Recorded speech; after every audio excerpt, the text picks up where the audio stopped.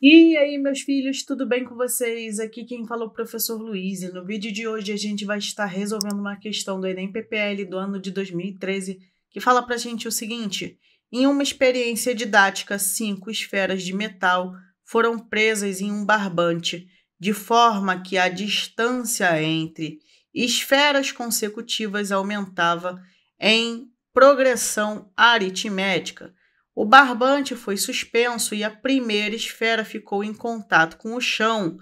Olhando o barbante de baixo para cima, as distâncias entre as esferas ficavam cada vez maiores.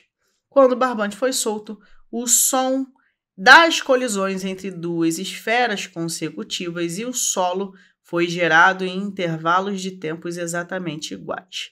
A razão dos intervalos de tempo citados serem iguais é que o que vai acontecer? A gente tem aqui a seguinte situação: você tem 5 esferas, uma delas já está no chão, e aí elas foram soltas, né? E ele fala que a distância de baixo para cima vai aumentando. Especificamente, se vocês forem analisar isso, essas distâncias especificamente, elas vão aumentando numa proporção que vai ser a seguinte: aqui a distância vai ser x, isso aqui vai ser 3x, essa outra distância vai ser 5x e essa outra distância vai ser 7x. Isso vai estar de acordo, né, com a expressão da queda livre, com o princípio de Galileu, tá? Eu tenho um vídeo aqui no canal explicando o princípio de Galileu, mas, enfim, se vocês quiserem assistir essa aula de princípio de Galileu, eu vou explicar melhor nessa aula. Mas o que vai acontecer? Pelo fato dessas esferas estarem sujeitas à aceleração da gravidade, essa esferinha aqui, ela bate, percorre um deslocamento pequeno, mas a velocidade dela é pequena também. Essa aqui, ela já ganha um pouco mais de velocidade, porque ela tem que percorrer um deslocamento maior. E aí acaba que o intervalo de tempo entre os sons acaba sendo igual, como ele fala, né? Isso tudo só é possível porque existe um movimento uniformemente variado aqui nessa situação. E como é um movimento uniformemente variado, a velocidade dessas esferas vai aumentando. Com base nisso, você já pode excluir a letra A, que ele fala que a velocidade de cada esfera é constante. Não é constante. Essa velocidade tem que aumentar por causa da queda livre que elas estão sofrendo.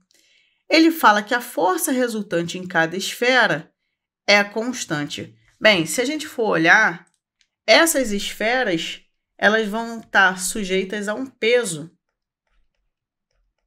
e a uma tração em algumas delas, né? Essa tração ela não vai ser tão relevante porque não vai ter, esses fios não vão esticar uns aos outros, então essa tração aqui ela é quase imperceptível. Como essas esferas estão sujeitas a somente o peso e o peso é calculado como massa vezes gravidade, a gente pode dizer que, a princípio, o peso dessas esferas é a resultante de forças, né? Até porque se essa tração ela é desprezível, a gente pode considerar somente a força resultante igual ao peso.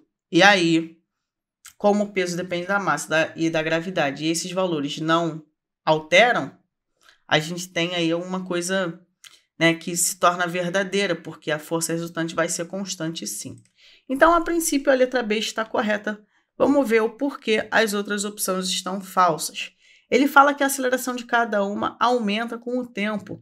Isso só seria possível se a gravidade aumentasse, e isso não acontece. Ou existisse alguma força que empurrasse essas bolinhas para baixo, e aí permitindo um aumento de aceleração, né? Uma força variável. Isso não é mencionado no texto, então não tem como a aceleração de cada esfera aumentar. O que aumenta é a velocidade, tá bom? A velocidade aumenta porque existe uma aceleração. E a aceleração, você precisa lembrar que ela é associada a uma mudança de velocidade com o passar do tempo. Bem, a letra D fala, tensão aplicada em cada esfera aumenta com o tempo. Na verdade, não. Como elas descem da mesma maneira e elas vão ganhando velocidade da mesma intensidade, essa tensão ela não aumenta, porque o que vai acontecer? Como elas aceleram da mesma forma, elas vão ganhando velocidades iguais, né, com o passar do tempo. E o que vai acontecer, na verdade, é que quando uma bate, né, o fio deixa de ficar esticado. Então a tensão não aumenta. É mais provável que a tensão diminua, ou ela nem mude. Então, essa letra D também está incorreta. E a letra E fala que a energia mecânica de cada esfera aumenta. A gente precisa lembrar que a energia mecânica ela é a soma da energia cinética mais a energia potencial gravitacional. De forma que a velocidade vai aumentando, essa energia cinética aumenta, mas a altura vai diminuindo. E então a energia potencial diminui.